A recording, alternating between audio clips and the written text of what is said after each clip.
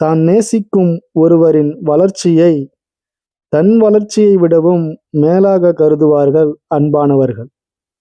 நேசித்தவர்களின் மகிழ்ச்சியை காணும்போது மலர்வது அவர்களாக இருந்தாலும் மனமானது இவர்களிடமிருந்து வெளிப்படும் வகையாக இருப்பார்கள் அன்பானவர்கள்.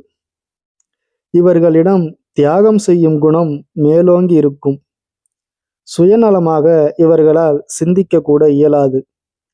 நாம் அவர்களை வெறுத்தாலும் அவர்கள் இது என் கடமை என்று தான் செய்ய வேண்டியதை நிறுத்த மாட்டார்கள்.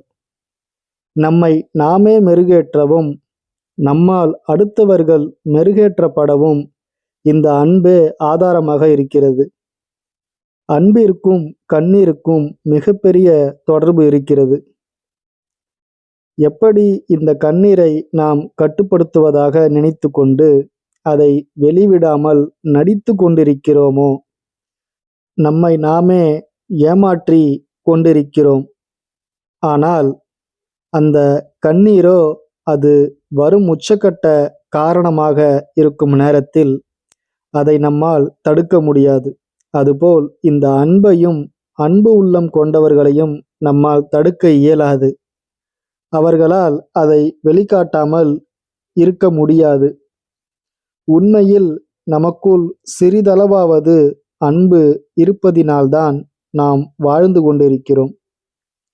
கலியுகம் வரப்போகிறது, உலகம் அழியப் போகிறது என்றெல்லாம் நாம் நம்பிக்கொண்டிருக்கிறோம். உண்மையில் என்று அன்பானவர்களின் எண்ணிக்கை குறைகிறதோ, அன்பின் சமநிலை தவறுகிறதோ அன்றுதான் உலகம் அழியும். அதுவரை உலகம் அழியப் போவதில்லை. இந்த உலக அழிவை நாம் ஒவ்வொருவரும் நம்மை அன்பானவர்களாக வைத்து கொள்ளும்போது அழிவு என்பது தடுக்கப்படுகிறது. அன்பு குறையும் போதுதான் பொறாமை, கோபம், திருட்டு இப்படியான குணங்கள் மேலோங்கி நம் அழிவுக்கும் நம்மால் பிறர் அழிவுக்கும் வித்தாகிறது.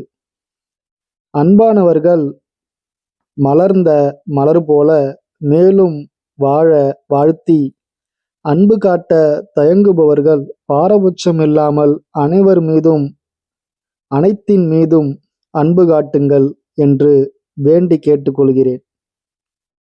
இந்த பிரபஞ்சத்தில் அனைத்து உயிர்களும் வாழ வாழ்வியல் சங்கிலியாக இருப்பது இந்த அன்பு மட்டுமே.